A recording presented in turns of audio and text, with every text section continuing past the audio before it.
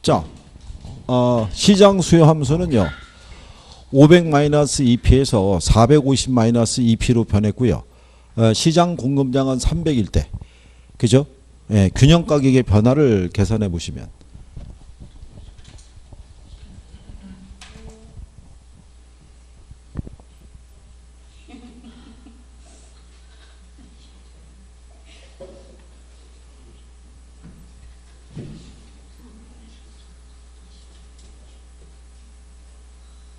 이 암산으로 되면 여기 이제 이쪽은 다 된 거예요. 암산으로 되면.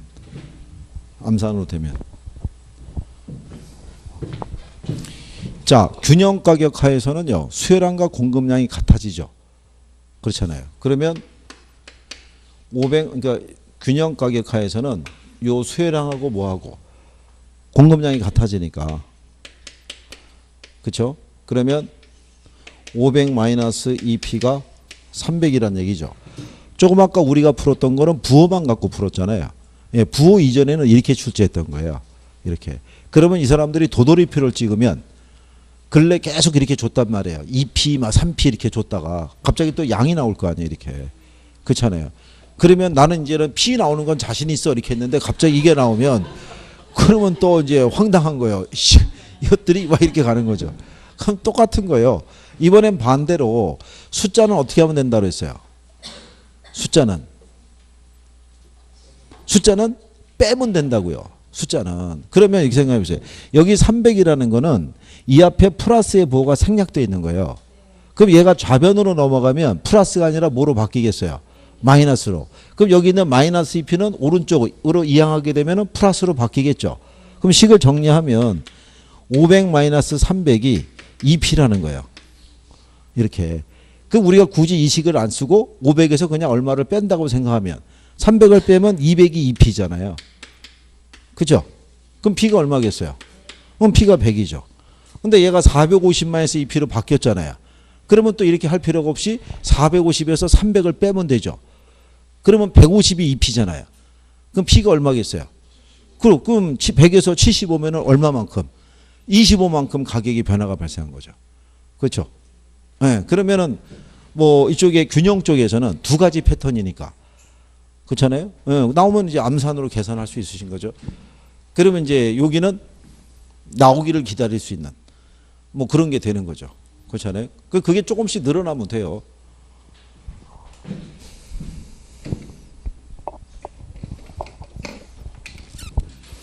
그리고 계산에 대한 이런 게 수치가 뭐 취약하고 그런 거는 절대로 뭐 책 잡힐 일은 아니에요. 제가 전에 딴 데서 강의했을 때 30대 중반의 그 주부였는데 어릴 때부터 유도를 했대요. 예, 유도를 해가지고 그 주부는 아예 그 주변 사람들의 공경이 뭐냐면 공부하고 어릴 때부터 해본 경험이 없어서 분수에 대한 의미, 분모 분자의 의미도 잘 모르는 그런 정도였어요. 근데 그 사람이 이제 그렇게 하면서 어려움을 토로하니까 주변 사람들이 나도 모르지만 너는 가르쳐 주겠다. 그래가지고 다들 덤벼들어서 어쨌든 그에 합격을 했어요. 열심히 한 것도 있겠지만, 그죠? 예, 그러니까 그냥 뭐 우리끼리는 뭐 그죠? 예, 얘기하면 되죠. 그리고 나중에 공부하시다가 이번 달에 모의고사를 볼 거 아니에요. 예, 모의고사를 보는데 내가 이 논리는 좀 취약하다. 근데 이게 시험으로 나왔을 때 한번 풀어서 한번 그거를 내가 한번 극복을 해보고 싶다. 그런 게 있으면은 얘기하시면은 반영을 해드릴게요. 모의고사에. 한번 풀어봐서 개선이 되고 있는지. 그래야지 그게 확인이 돼야 되잖아요. 그래야지 여러분들이 실력이 늘어나는지를 확인할 수 있고 아직도 여기가 정리가 안 돼 있구나. 이런 걸 확인해야 되잖아요. 그리고 모의고사라는 거는 시험하고 동떨어진 거 해봐야 도움도 안 돼요. 그냥 일단 시험하고 연관성 있는 거를 제한된 시간 내에 내가 풀어낼 수 있느냐를 자꾸 해보셔야 돼요. 반복이니까.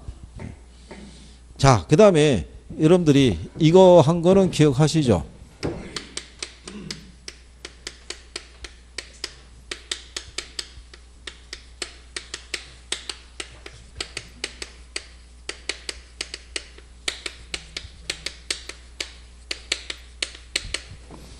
이 상태에서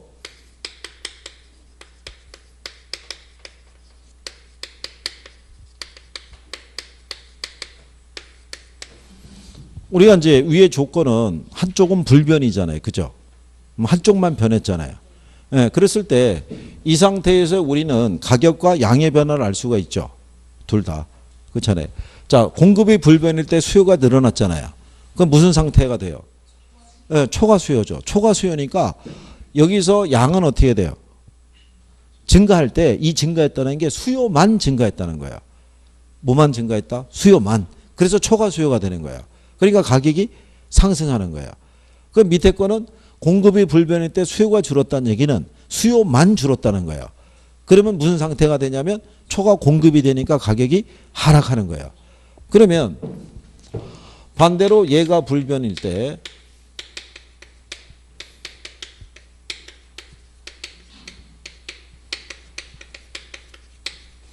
얘가 증가하거나 얘가 이렇게 감소하겠죠. 그렇죠? 네. 그러면 이 세 번째 조건은 수요가 불변일 때 공급이 증가했으니까 무슨 상태겠어요? 초과 공급이니까. 즉 공급만 늘었다는 거죠. 그러면 가격이 어떻게 돼요? 하락하는 거고. 밑에 거 같은 경우는 수요가 불변인데 공급이 줄었다는 얘기죠. 그럼 무슨 상태가 되는 거예요? 초과 수요죠. 공급만 줄었으니까. 그러면 가격은 상승하는 거예요. 그거를 문장을 보고 내가 판단할 수 있어야 돼요. 그걸 판단할 수 있으면 문제가 거기 여러분들이 64페이지 있죠. 문제 16번 있잖아요. 16번. 예, 16번에 보시면 자, 공급이 불변이고 수요가 감소하는 경우 있죠. 1번에. 그럼 생각해 보세요. 공급은 불변인데 수요가 줄었다는 얘기죠. 1번 지문을 보면. 그럼 무슨 상태가 돼요? 초과 공급이면 가격은. 근데 거기 상승이라 했으니까 걔가 틀렸죠. 걔가 답이죠. 무슨 말인지 아시겠나요? 이거는 그 기본 원리 아는 사람은 거의 맞추라고 찍으라고 이렇게 주는 거나 똑같죠. 하나 풀면서. 자, 그러면 거기 2번 지문에 보면 수요가 불변이고, 그죠? 네. 수요가 불변이고 공급이 증가하는 경우 있죠. 네? 그게 무슨 상태예요? 예, 초과 공급이니까 가격은 하락하고 양은 어떻게 돼요? 증가하겠죠. 자, 그럴 때 그 위에 15번 문제 4번 지문 가보세요. 균형 상태인 시장에서 건축 원자재의 가격이 하락하면 이렇게 돼 있죠. 그러면 균형 상태에서 지금 건축 원자재 가격이 하락했다는 얘기는 생산 요소 가격이 하락한 거잖아요. 그럼 공급이 어떻게 돼요? 증가하는 거죠. 그러면 양은 어떻게 돼요? 증가하고. 근데 감소하고 그랬잖아요. 그럼 걔가 틀렸을 거 아니에요. 그러면 이게 이 표현하고 똑같은 거예요. 아, 밑에 거 표현이 뭐냐면 수요가 불변일 때 뭐가 증가했다는 거예요. 공급이 증가했다는 거잖아요. 그 위에 거의 지문은 이런 얘기죠. 균형 상태에서 건축 원자재 가격이 뭐 했다는 거예요. 그러니까 균형 상태라는 거는 이 상태라는 거죠. 이 상태에서 원자재 가격이 하락하면 공급만 어떻게 돼요? 늘어나니까. 초과 공급이 되니까 가격이 어떻게 돼요? 하락하는 거죠. 그러니까 이 표현이나 이 표현이나 같은 거예요. 그러니까 출제할 때 요렇게 줄 수도 있고 요렇게 바꿔서 주는 거죠. 이렇게. 예, 이제 거기까지만 이해할 수 있으면 응용되는 것까지 다 풀 수 있는 거예요. 그러면 이거는 뭐로 여러분들이 판단하면 되냐면 앞에서 수요 증가 감소 요인 이런 거 있죠. 공급 증가 감소 요인 이런 거를 여기로 이렇게 바꿔주는 거죠. 이렇게. 그게 이제 조금 있으면 모의고사 볼 때 선생들이 그렇게 표현을 바꿔서 주는 거예요. 요거는 이제 이해가 됐다고 보고 이거를 바꿔주는 거죠. 갈아 끼워주는 거죠. 이렇게. 무슨 말인지 아시겠나요? 그러니까 여기서 이렇게 수요가 증가하는 것도 있죠. 이걸 뭐라 하냐면 소득이 증가했을 때, 균형 상태인 시장에서 소득이 증가했을 때 균형 가격과 균형 거래량은 어떻게 되겠느냐 이렇게 물어보는 거랑 똑같은 거죠. 무슨 말인지 이해하시겠나요? 네, 거기까지만 하실 수 있으시면. 그러니까 이제 우리가 이제 그 다음 단계로 나가는 걸 여러분들이 싫어하죠. 그러니까 우리는 일단 복잡한 거 싫어해요. 그렇죠? 내가 봐서 딱 간단하게 나오는 걸 좋아하지 뭐 자꾸 바꾸는 것도 좋아하지 않고. 그래서 시험 끝나고 나면 댓글이 무지장에 달리는 거예요. 니들이 와서 풀어보라가 제일 많아요. 그렇잖아요. 니들도 80분 안에 풀어봐. 니도 풀어봐. 뭐 이런 건데 많은 거죠. 이런 거 나오는 거는 구별할 수 있으시겠죠? 이렇게 나오면. 그래서 그리고 이제 거기 뭐 15번 문제 2번 지문처럼 인구의 감소라는 요인으로 수요 곡선 자체가 이동하는 것은 수의 변화라고 할 수 있죠. 그런 거 이렇게 중간중간에 들어오죠. 수혜량의 변화, 수의 변화 이런 거 구분하는 것 있죠. 그게 기초라고 해서 그게 중요하다고 말씀드린 거죠. 그러니까 정확하게 이해하면 어떤 형식으로 문장이 나와도 나는 다 대처할 수 있다는 얘기죠. 잘 해주실 거라고 생각하고. 그죠?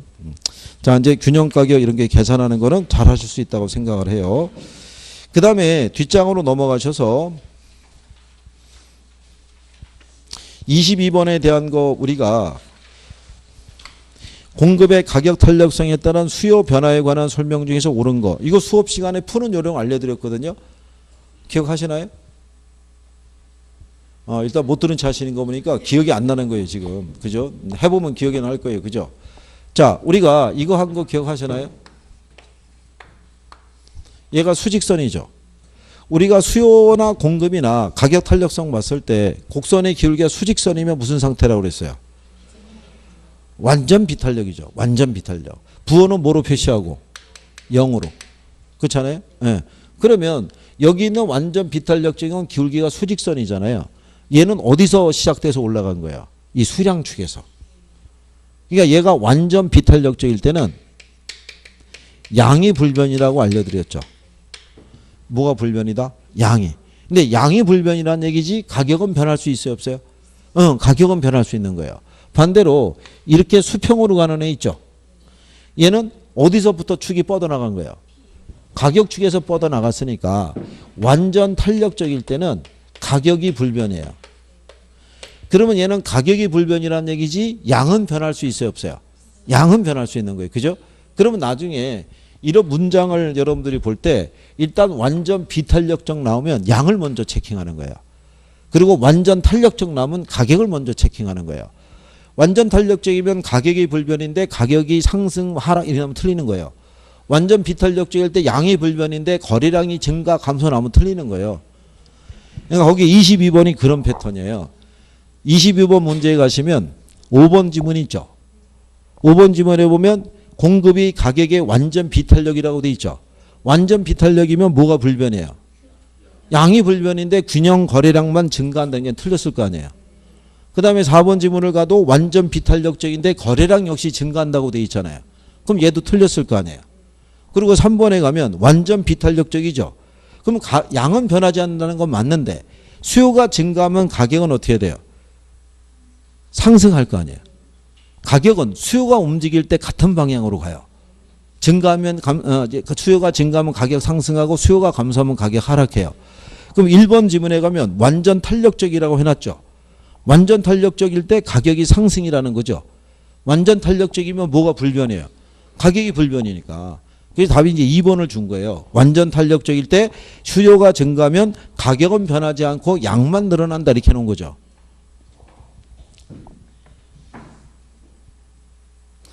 자, 그거를 23번, 그 밑에 23번 있죠. 거기 5번 지문에 가시면 자, 수요의 가격 탄력성이 완전 탄력적일 때 있죠.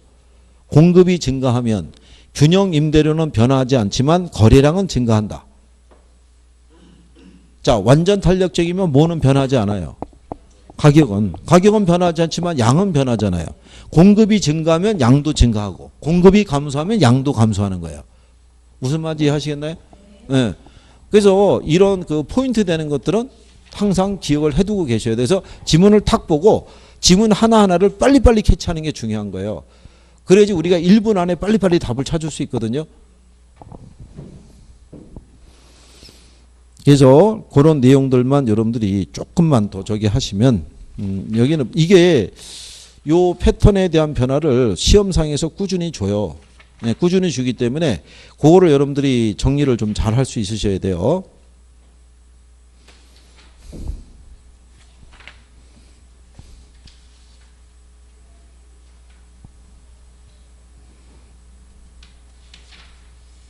그 다음에 이제 여러분들이 여기까지 온 김에 뭐까지도 또 정리하셔야 되냐면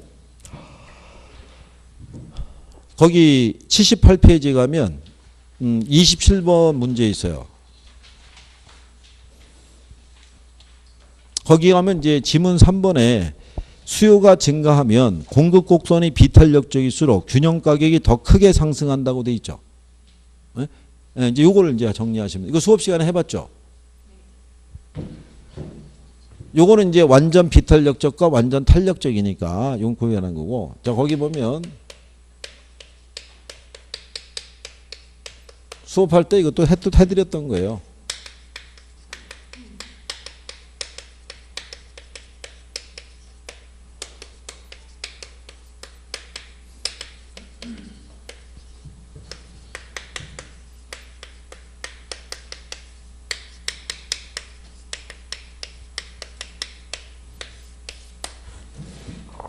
자, 요거 가지고 이제 판단하는 거죠. 수요가 증가할 때 공급이 비탄력적일 때 있죠.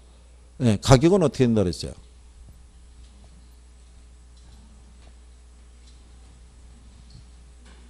그러니까 이것도 문장을 보고 빨리빨리 이게 판단이 되셔야 되는 거는 출제자들이 암시를 주거든요. 얘가 증가하잖아요. 그럼 가격이 상승해요. 그렇죠? 얘가 불변일 때 얘만 증가했다고 생각해 보세요. 그럼 초과 수요잖아요. 그럼 가격이 어떻게 해야 돼요? 상승해요.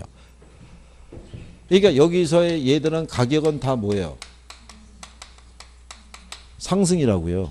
상승인데 더 상승하느냐 덜 상승하느냐 그 차이라는 거죠. 그렇잖아요. 그러면 얘가 상승하면 공급은 어떻게 해야 돼요? 공급은 증가해야 되죠. 증가해야 되는데 얘가 비탄력적이면 덜 증가한다는 얘기고 얘는 더 증가한다는 얘기라고요. 그죠? 그러니까는 얘가 가격이 어떻게 해야 돼요? 더 상승하고 덜 상승하는 거예요. 가격 변화에 비해서 양의 변화가 작을 때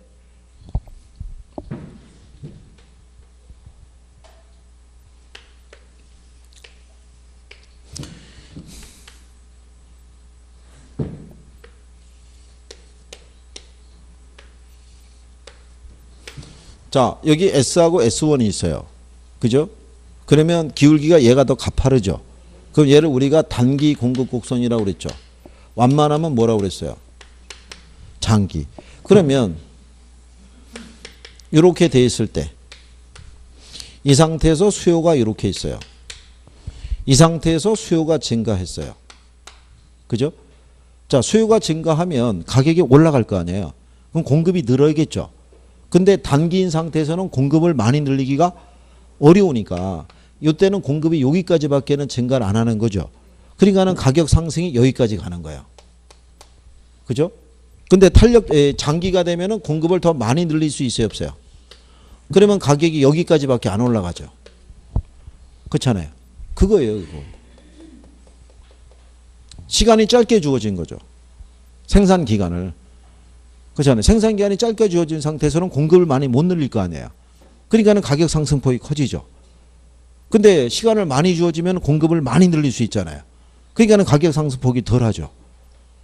네? 근데 그거를 우리가 일일이 이걸 그려서 얘기할 수는 없잖아요. 그렇잖아요. 이거 하나 풀으라고. 그럼 이거 버리는 게 낫죠. 그러니까 우리는 그거 가지고 지난번에 푸는 요령을 뭐라고 해드렸냐면 가격 변화는 비탄력적일 때가 커요. 오르면 더 오르고 내리면 더 내리는 거야. 무슨 말인지 아시겠어요? 그러면 이제 이렇게 가는 거예요. 얘가 증가했잖아요. 증가하면 가격이 어떻게 해야 돼요? 상승하겠죠. 비탄력이면 더 상승하는 거야. 무슨 말인지 아시겠나요? 탄력적이면 덜 상승하는 거예요. 그러면 반대로 수요가 감소해요. 자, 수요가 감소할 때 공급이 비탄력적이잖아요. 그럼 가격은 어떻게 되겠어요? 자, 그럼 여기서 힌트를 주잖아요. 수요가 감소하면 가격은 하락하잖아요. 하락할 때 얘가 비탄력이면 더 하락한다는 거예요. 더. 탄력적이면 덜 하락한다는 거라고요. 그러니까는 가격 변화는 어떨 때가 크다. 비탄력적일 때 오르면 더 오르고 내리면 더 내리는데 그거 힌트는 여기서 주잖아요. 그러면 반대로 이렇게 해보세요. 자,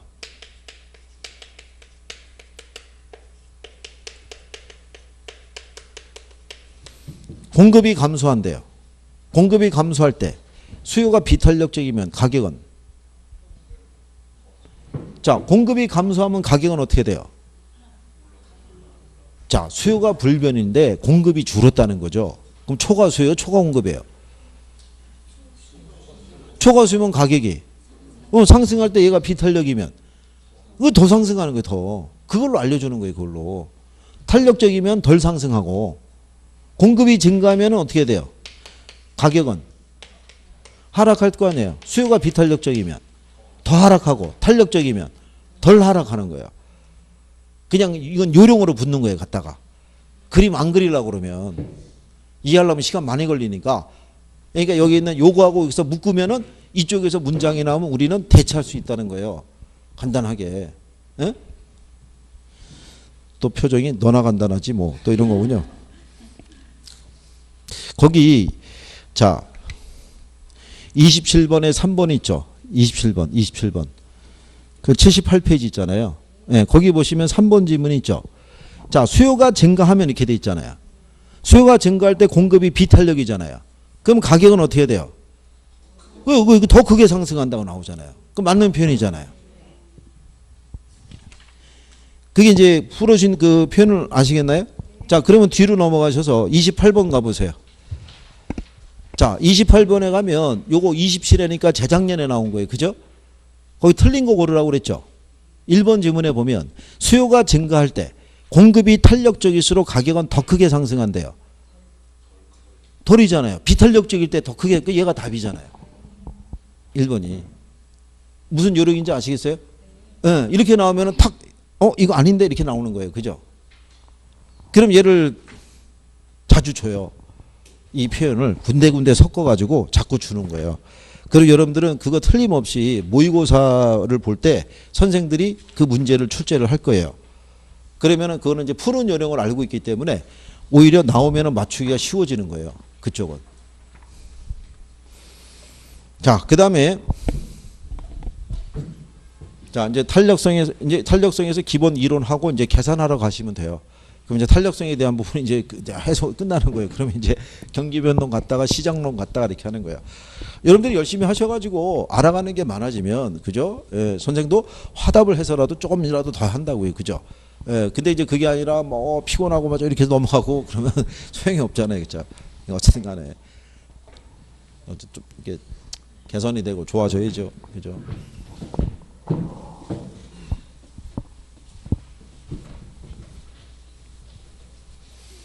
그 다음에 이제 여러분들이 꼭 알아두셔야 되는 게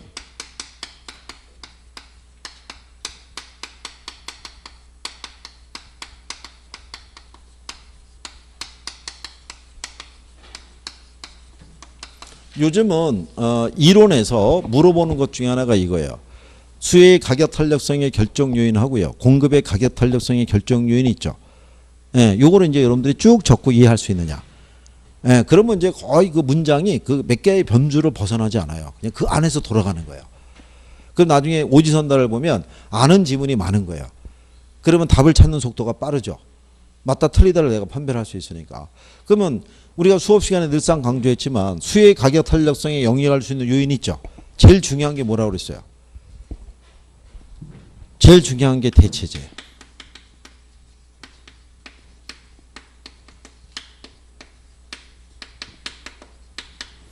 이 대체제라는 표현은요, 여러분들 탄력성 물어볼 때 제일 잘 들어오는 표현이 대체제예요. 일단 수요에서는 얘가 제일 중요한 거예요. 대체제가 많으면 많을수록 탄력적이 돼요. 그렇잖아요. 자, 탄력적이라는 건 어떤 표현이라고 그랬냐면요, 가격이 변할 때 소비자들이 자기에게 유리한 방향으로 소비량을 쉽게 변할 수 있는 걸 탄력적이라고 그래요. 그 얘기는 대체제가 풍부하니까 이런 거잖아요. 맥주 가격이 뛰면 그냥 소주 마실 거 아니에요. 바로 뭐가 있으니까. 그러니까 내가 소비하는 양을 쉽게 변할 수 있잖아요. 그렇게 변하는 걸 탄력적이라는 거예요. 하지만 가격이 변할 때 내가 소비하는 양을 쉽게 못 바꾸는 걸 비탄력적이라는 거예요. 그러면 걔를 대신할 만한 대체제가 없다는 얘기죠. 그 주문한 사람은 어떻게 돼요? 걔를 소비해야 되니까. 그러니까 된장, 고추장 가격이 뛰면 내가 다른 거를 확 소비를 못 바꾸잖아요. 그거는 대신할 만한 뭐가 없으니까. 대체제가 없으니까. 그거를 비탄력적이라고 한다고요. 그러니까 가격이 올라도 어쩔 수 없이 짓는 애들이 있죠. 그게 비탄력적인 거죠. 내 마음대로 소비를 못 바꾸죠. 대체제가 많으면 에이 이거 사면 되지 이렇게 가는 거죠. 그렇잖아요. 무슨 말인지 이해하시겠나요? 예. 그래서 이제 대체제가 있어요. 또 뭐가 있어요? 탄력성에 영향을 주는 거. 예? 뭐? 아 괜찮아요. 뭐 이게 얘기하면 되죠. 뭐 틀리면 어때요, 그죠? 여기 촬영해도 저밖에 안 나온다니까요. 집에서 동영상 틀어도 이런 모습은 안 나온다니까. 집에서 가족이 보더라도 절대로 눈에 띌 일이 없는 거예요. 그죠? 오늘 여기 고총각이 없으니까 편하게 얘기하는 거예요, 지금. 고총각이 있을 때는 요즘 물어보기도 쉽지 않은 거예요. 그죠? 제 용돈이 왔다 갔다 한다니까. 그러니까는 물어봤는데 갑자기 이상한 소리 하거나 그래갖고 말 한마디 잘못하면은 아버님이 집에서 이거 모니터링 하신대잖아요. 이거 쭉 해서. 그래갖고 고총각 이름 나왔는데 대답 못하거나 이런 상황이 되면 바로 불러서 확인한대잖아요. 사실 확인을. 어떤 상황이야? 이렇게 물어봐가지고. 그리고 요즘 고총각 있으면 물어볼 때 얼굴 좀 쳐다보잖아요. 쳐다봐서 표정이 별로 안 좋을 것 같으면 안 물어보고. 자.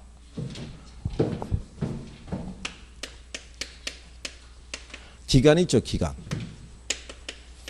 단기, 장기. 이게 단기면 어떻게 되고요? 장기면 이거 갖고도 시험상에서 그죠? 네. 관찰 기간이 길수록 비탄력적이다 하면 틀리죠. 참 그 맞추기 쉽게 준 거죠. 그것도 그죠? 네. 그래서 이게 무슨 얘기냐면요. 소비자들은 가격 변화에 대해서 단기에는 이 반응의 정도가 그렇게 심하게 안 나타나요.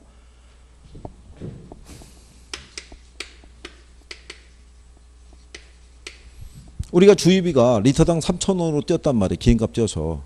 그렇다고 해서 여기 대전 시내 차가 한 대도 안 다니냐면 그렇진 않아요. 평상시랑 별반 차이가 없어요. 근데 시간이 지나면 지날수록 다니는 차량이 점점점 줄어들어요. 이제 이게 피부로 와닿기 시작하는 거예요. 그렇잖아요.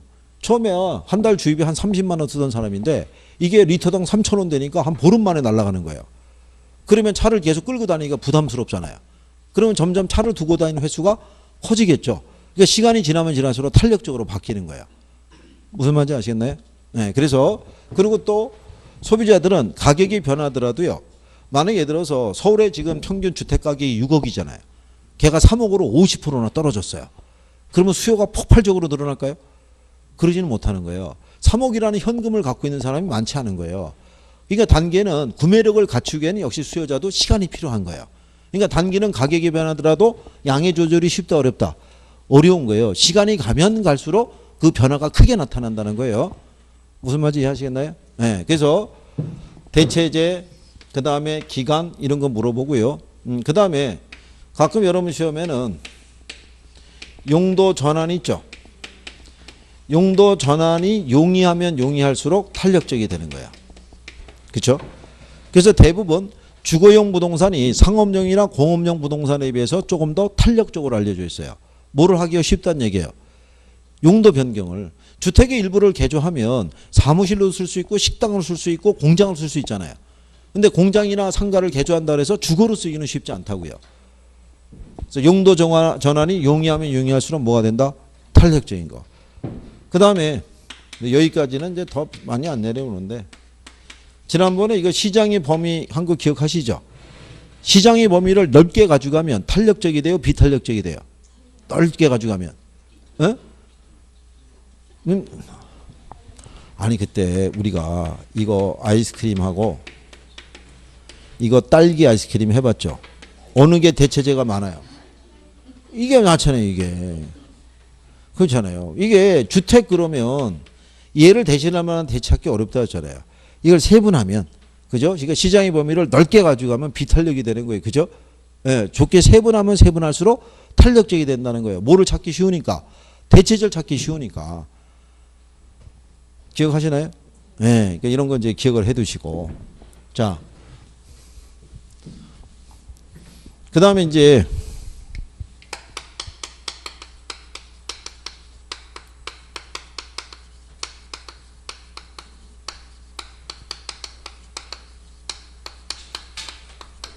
공급의 가격 탄력성의 결정 요인이 있죠.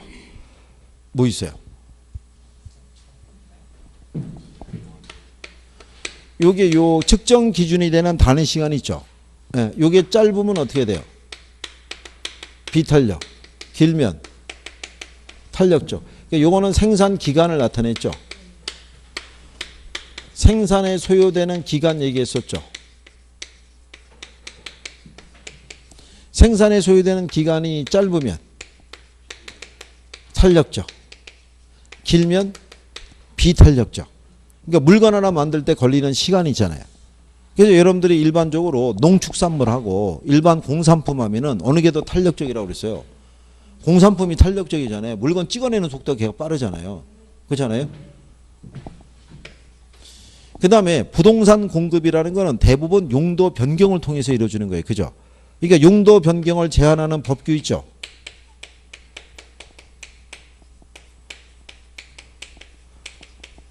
이게 강화가 되면은 공급은 어떻게 된다? 비탄력적이 되죠. 용도 변경이 어려워지니까. 그렇잖아요.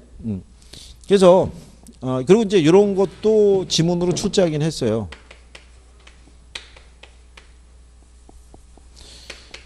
이게 공급이 늘어날 때요. 생산 요소 가격이 있죠. 이 가격의 상승도 크면 탄력이다, 비탄력이다. 비탄력이죠. 생산을 늘릴 때 생산비가 증가가 빠르게 이어지면 가격 상승을 통한 이윤이 어떻게 돼요? 생산비의 상승으로 상쇄될 거 아니에요. 이거 그때 납득시켜 드리라고 공급이 늘릴 때 저장이라든가 보관 비용이 있죠. 네? 네, 이게 늘어난 애들은 공급 많이 안 늘리죠. 그러니까 냉장식품이나 왜 냉동식품 있잖아요. 얘들은 생산하는 게 중요한 게 아니라 생산하고 난 다음에 보관시설이 필요하잖아요. 그럼 배보다 배꼽이 더 크잖아요. 그거 조금 더 벌겠다고 그래서 시설을 하나, 창고를 새로 지을 수는 없잖아요. 그러니까 이럴 때는 다 무슨 상태가 된다? 비탄력적. 그러니까 그런 것들을 잘 구별할 수 있으시면 정리를 할 수 있다는 얘기죠. 자, 그래서 여러분들이 문장을 가지고 우리가 거기 24번 가시면요. 77페이지에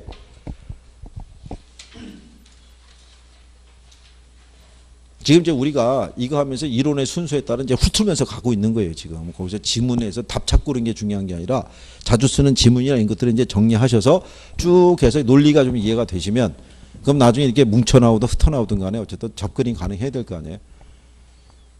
이제 선생은 걱정이란 얘기죠. 2주 하고 있는데 아직 경제도 못 벗어나고 있으니 이걸 언제 끝나지? 이 생각하고 있는 거죠. 이거를 원래 지금 순서대로 온다 그러면은 지금 여기는 다 끝나고 그죠? 이제 3편의 시장론 막 이런 데 들어가서 정책론까지 가고 있어야 이게 4주에 끝나는 요건이 돼요. 지금 그래서 늘어지고 있는 거예요, 지금. 하면서. 그렇잖아요. 이거 4주 수업이잖아요. 4주 수업이니까 없어 2주잖아요. 2주면은 이 문제의 절반이 가야 돼요, 지금. 절반이 가야 되는데 우리 지금 70페이지에 놀고 있잖아요. 그렇잖아요. 이거 언제 마무리할지 지금. 그죠? 이게 페이지가 400몇 페이지예요, 이거. 거의 500페이지에 육박하는 거예요, 이거 지금. 그렇잖아요. 이거 한 주에 80페이지 나가도 5주 걸리는 거예요, 이거. 근데 지금 분량이 뭐 이만저만이 아니란 얘기죠. 근데 이제 제 생각은 그렇죠. 그야 뭐 조정하기 나름이고 어쨌든 간에 해서 실력이 늘어서 그렇잖아요. 예, 점수 따서 어쨌든 뭐 나중에 개론 때문에 떨어졌다 뭐 이런 소리는 안 나와야 될 거 아니에요. 그렇잖아요. 민법 선생에게 넘기는 거죠. 실로 저쪽에서 알아서 하시라고 넘기는 거죠. 그냥. 자, 우리 이제 필요한 것만 따져보시면 거기 24번에 보시면 이렇게 돼 있죠. 2번에 대체재가 있는 경우 수혜의 가격 탄력성은 대체재가 없는 경우보다 비탄력적이 된다. 그러면 틀릴 거 아니에요. 대체재가 많으면 많을수록 뭐가 돼요? 탄력적이죠. 근데 거기 여러분들이 자 25번에 2번 지문 가보시면 수요의 가격 탄력성은 대체재의 존재 유무에 따라 달라질 수 있겠죠. 예.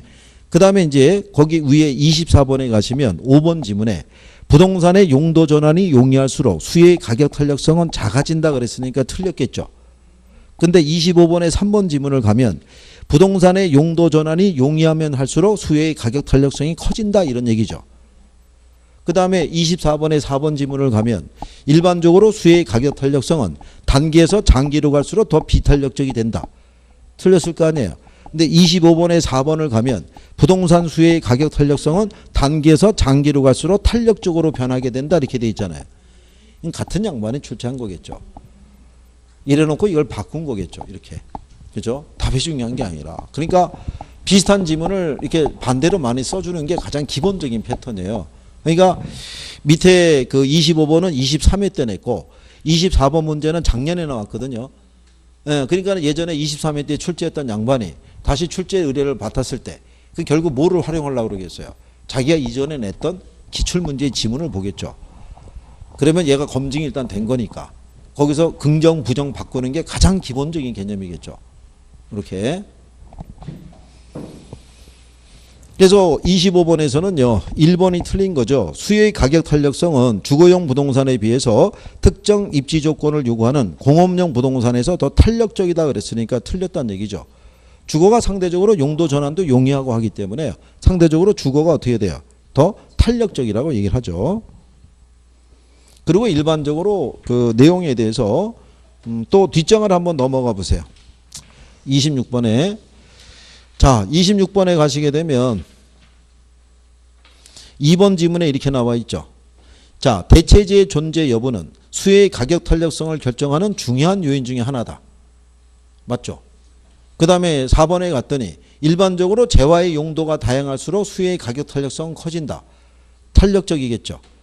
그 다음에 3번에 가면 수요에 대한 관찰 기간이 길어질수록 수요의 가격 탄력성은 작아진다는 게 틀렸겠죠. 기간이 길면 길수록 탄력적이 되잖아요. 그렇죠? 그럼 결론은 24, 25, 26이 같은 양반이 이게 냈다는 얘기죠. 그 요인을 가지고 계속 출제한 거죠. 표현만. 예, 그래서 문제가 어느 때 나오면요. 집중적으로 나올 때가 있어요. 예, 계속 위촉을 받으면 계속 내는 거죠. 이게. 근데 이게 특징이 뭐냐면요.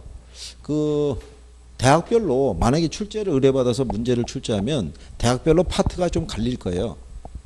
그러니까 지방에 있는 모 대학을 하면은 주로 이 투자론 쪽이나 이쪽에 좀 강세를 보인 데가 있고 수도권의 모 대학 같으면은 가능해서 개발이라든가 또는 마케팅 이런 쪽에서 집중해서 또 선택이 되는 케이스가 있고 그 학교의 특색들이 좀씩 있어요. 그게. 그래서 이제 그 위에서도 소위 얘기한 대로 짬밥에 있는 교수들은 이거 출제 안 하죠. 그 밑에 있는 양반들이 출제하겠죠. 그러면 이제 대충 이제 거기서 이제 버무려져서 들어간다고 보시면 되죠. 그러니까 정도를 크게 벗어나진 않아요. 이게. 그리고 왜냐하면 여러분들 시험에 대한 난이도는 검정단이 들어가서 시험 봐요. 전년도 시험 성적 우수자들이 있죠. 이 사람들이 위촉을 받아서 가서 난이도를 한번 측정을 해봐요. 이게 올해 여러분들이 시험 성적이 우수하면 갑자기 연락이 올 수 있는 거예요. 위촉이. 그죠? 그래서 검정단으로 한번 참여하지 않으시겠냐고. 그때 얼핏 듣기로는 그게 몇 년 전 얘기인데 그때 한 100만 원 준다는 들었었어요. 그게. 뭐 한천년 도전해볼 생각이 있나 보네. 그래. 거의 그제 만점 이렇게 가까운 정도. 학계로는 만점짜리가 수두룩해요. 학계로는. 예. 그래서 그 왜 제가 저기 했냐면 그때 한 4년 전 그 학생이 합격했는데 찾아왔어요. 찾아왔는데 교수님 이번에 올해 유학집 있으면 좀 달라는 거예요. 왜 그러냐 했더니 그 위촉을 받은 거예요. 시험을 보러 들어가야 되는데 그래도 뭔가 보고는 들어가야 될 거 아니에요. 그죠? 1년째 다 까먹었다는 거예요. 그래갖고 준 거죠. 그래서 그러니까 올해 여러분들 이 성적이 좋으면 위촉이 올 수 있는 거예요. 근데 표정이 100만 원 까짓 거 버리지 이런 표정이에요. 그죠? 그러니까 양보했다는 얘기죠. 그래도 2000년 같이 여기 과기대 학생들은 도전해 볼 만도 하지 뭐. 그렇잖아? 나중에 여기도 내가 지금 예의주시하고 있는 거야. 여기 과기대하고 여기 또 무슨 모건대 오는 학생들인데 단체로 떨어지면 어떡할 거야. 큰일 난다고 그거. 대전 시내 이거 좁아 이거. 소문 금방 퍼지는 거야 이거. 이 때문에 기필코 합격을 시켜야 된단 말이야. 기필코. 근데 다 모여야지. 어떻게 로테이션으로 돌고 있냐고 계속. 그잖아. 그나마 2000년은 그때 꾸준히 나오는 편에 속한 거야. 그렇잖아. 여기 막내되는 20살 먹어는 그 2처녀라고 있어요. 작은 처녀. 그렇잖아요. 한 달, 2달 만에 얼굴 잠깐 보여요. 그리고 한 2번인가 얼굴 보여준 다음에 그리고 안 보여요. 그리고 그러니까 아직 나이가 있으니까 시간이 많다고 생각하는지 모르겠는데 참 그렇다는 얘기죠. 그래요. 어쨌든 그러니까 여기 지금 지문에 나온 걸 보시게 되면 이런 표현들을 이제 쓰기 시작하는 거예요. 그러니까 기본으로 정리하셔야 되고 거기 27번에 보시면 이번에 공급 물어봤잖아요. 예, 공급에 보시면 자, 거기 2번에 가면 주택의 단기는 가용 생산 요소의 제약으로 장기에 비해서는 더 비탄력적이라는 것 있죠. 이 표현도 잘 써줘요. 이 표현도. 그리고 이제 5번에 가면 개발 행위 허가 기준의 강화 같은 토지용 규제가 엄격해지면 토지의 공급 곡선은 이전보다 더 비탄력적이 되겠죠. 예, 이 표현도 역시 잘 써주는 표현이에요. 그러니까 지금 우리가 여기서 하는 거는 답이 필요한 문제도 있지만 지문을 자꾸 확인해야 되는 문제가 있어요. 그래서 그런 내용이 반복이 된다는 거를 여러분들이 정리하시는 게 필요하죠. 자, 그러면 뒷장으로 넘어가서 28번 한번 가보세요. 자, 28번에 가게 되면요. 5번 지문에 용도 변경을 제한하는 법규가 강화될수록 공급 곡선은 이전에 비해서 비탄력적이 된다 이렇게 돼 있죠. 그러니까 이 표현을 잘 쓰는 거예요. 그리고 물리적 토지 공급량이 불변이면 완전 비탄력적이라 할 수 있어요, 없어요? 완전 비탄력적이잖아요. 물리적 토지 공급량이 불변이라면 토지의 물리적 공급은 토지 가격 변화에 대해서 완전 비탄력적이라는 얘기죠. 그러니까 기울기가 뭐로 표시되겠어요? 수직선으로, 수직선으로. 그리고 지금 여러분들이 3번에 보시면 해당 부동산 가격 변화에 의한 공급량의 변화는 다른 조건이 불변일 때 동일한 공급 곡선상에서 점의 이동으로 나타난다. 맞는 내용이잖아요. 그렇잖아요. 그러니까 물어보는 게 두 가지 패턴이라고 그랬잖아요. 공급량의 변화를 유도하는 요인이 뭐냐. 그죠? 네, 그래서 가격이 변했으면 그게 어떤 형태로 나타나느냐. 네, 요거 두 가지를 물어보는 거예요. 그 두 가지만 파악이 되면 여기는 더 이상 뭐 공부하실 게 없는 거예요. 이쪽은. 자, 그래서 이제 그 내용 정도 정리하신. 그리고 이제 29번 같은 거는요, 그냥 맞추라고 준 거예요.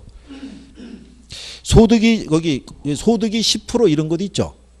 예, 네, 그거 무시하셔도 돼요. 소득이 증가할 때 수요가 증가하는 재화를 무슨 재화라고 그랬어요?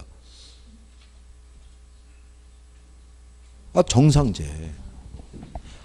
아니, 그거 혹시 생각이 안 나실까봐. 이런 거 기억하나요? 이거 소득 탄력성 할 때 구분하는 게 정상재하고 열등재잖아요. 예. 그럼 소득이 증가할 때 수요가 증가하는 재화를 무슨 재화? 정상재, 정상재. 그러니까 거기 29번 문제 같은 경우는 그냥 맞추라고 준 거겠죠. 이거를. 근데 출제자는 여기다 꼭 몇 프로를 써주는 거예요. 그냥 간단한 거죠, 그냥. 자, 그러면 저기 85페이지 한번 가보세요. 거기 32번하고 33번이 있죠. 이것도 같은 양반이 출제한 건데 33번에 대한 게 하나 더 들어간 것밖에 없어요. 거기 보시면 X지역의 오피스텔의 임대료가 10% 상승했다는 얘기죠. 그 임차 수요가 15% 감소하고 소형 아파트 임차 수요가 몇 프로? 5% 증가했잖아요. 그러면 얘네는 무슨 제어를 할 수 있어요? 자, 여기 보시면요. X제 가격이 뭐 할 때? 상승할 때. Y제 수요량이 있죠. 그죠? 자, 그리고 여기 한번 봐보시면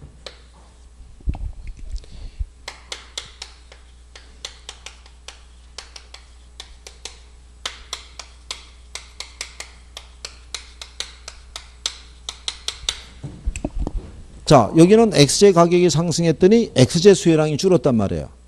같은 재화잖아요. 같은 거. 이건 가격 탄력성. 무슨 말인지 아시겠나요? X제 가격이 상승했더니 Y제 수요량이 변했잖아요. 이거는 무슨 탄력성? 교차 탄력성이죠. 교차 탄력성. 무슨 말인지 이해하시겠나요? 그럼 그냥 그대로 따라가면 되는 거죠. 자, X지역 오피스텔 임대료가 10% 상승하고 오피스텔 임차 수요가 15% 감소했다는 거죠. 그렇잖아요. 그러면 얘는 그냥 얘들끼리 노는 거죠. 이거는. 근데 얘가 10% 상승했을 때 얘가 오피스가 될 거 아니에요. 거기 보시게 되면은 소형 아파트의 임차 수요가 몇 프로가? 5%가 늘었다는 거잖아요. 그러면은 요건 10분의 5니까 0.5잖아요. 0.5. 그죠? 그러면은 거기 보면은 X지역 소형 아파트 임차 수요의 교차 탄력성 및 소형 아파트와 오피스텔의 관계를 물어봤죠. 근데 거기 보면 0.5 되는 애가 둘이잖아요. 3번하고 4번. 그러니까 보완제냐 대체제냐를 구분할 수 있냐를 물어본 거죠. 자, 아까 뭐라고 그랬어요? 부환제는 소비의 움직임이 어떻게 돼요? 같이 갈 거 아니에요. 대체제는 움직임이 반대잖아요. 대신 소비하니까. 소형 아파트 얘가 지금 상승하니까 얘 수요량 줄었잖아요. 줄어드는 대신에 소형 아파트의 소비가 늘어났잖아요. 그러니까 얘는 당연히 무슨 제약이겠어요? 대체제. 즉 얘 가격이 X제의 가격이 뭐 할 때? 상승할 때 Y제 수요량이 늘으면 대체제예요. 얘를 대신 소비하니까. 얘 가격이 상승했으니까 얘 소비는 줄이는 대신에 얘를 대신 소비하는 거예요. 그러니까 X제의 가격이 상승할 때 Y제 소비량이 늘어나면 대체제예요. 무슨 말인지 아시겠나요? 그러면 그 밑에 33번 있잖아요. 아파트 매매 가격이 16% 상승함에 따라 다세대 주택의 매매 수요량이 8% 증가했다는 거죠. 그죠? 그러면 아파트와 다세대 주택이잖아요. 그럼 X, Y의 논리가 성립하잖아요. 그러면 아파트 가격이 상승할 때 다세대 수요량이 늘었다 그러면 얘는 무슨 관계? 이거 대체제예요, 대체제. 그렇잖아요. 그러면 거기 아파트 매매수의 가격 탄력성 물어봤잖아요. 에? 그럼 아파트 매매수의 가격 탄력성 계산하면 어떻게 돼요? 그냥 이렇게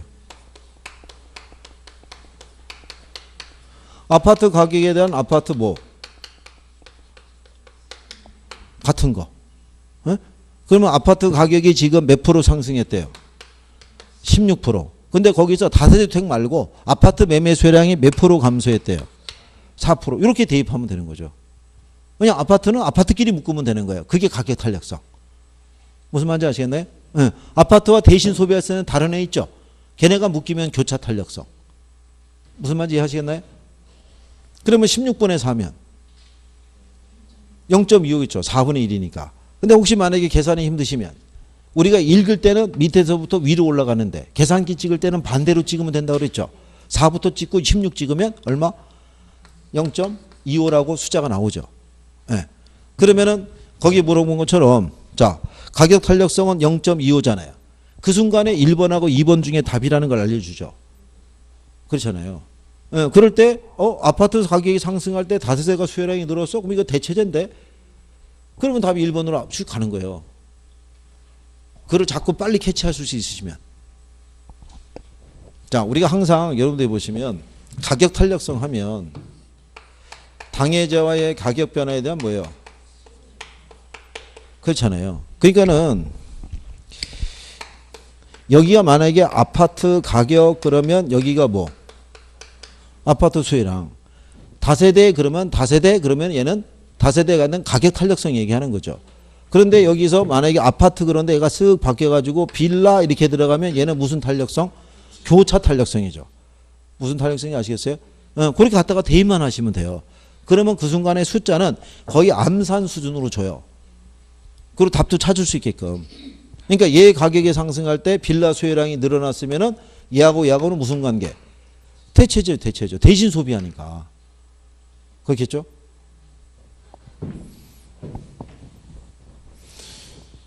자, 32번하고 33번이 이게 연속적으로 요 배열로 나온 거예요. 그렇죠? 네, 그러고 난 다음에 작년 여러분 시험에 교차 탄력성을 또 냈다고요. 이번에 교차 탄력성의 수치를 계산하라고.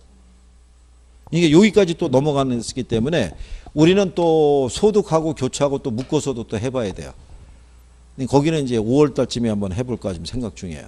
왜냐하면 이제 기초적인 체력이 받쳐주면 선생님이 거기다가 응용적인 사례를 얹어도 여러분들이 받아주시는데 기초가 안 돼 있으면 거기다가 응용적인 거 막 올려놓으면요. 우르르 쓰러져요. 그러면 처음부터 다시 해야 돼요. 그러면 되게 힘들어요. 그러니까 일단은 조금씩 선생도 눈치 보면서 가는 거예요. 이렇게 해서 여기까지 되나? 그럼 여기까지 한번 들어가 보고 여기서 될 것 같으면 한번 조금 더 들어가 봤는데 반응이 안 좋으면 나오는 거죠. 그러면 다음에 하죠. 이렇게 가는 거죠. 어떻게든 해야 되니까. 그죠? 괜찮아요. 또 5분은 쉬어야겠죠. 예, 여기서 쉬었다가 여기 또 계산하는 것도 추가로 해야 되니까 34번서부터. 이미 우리는 수업이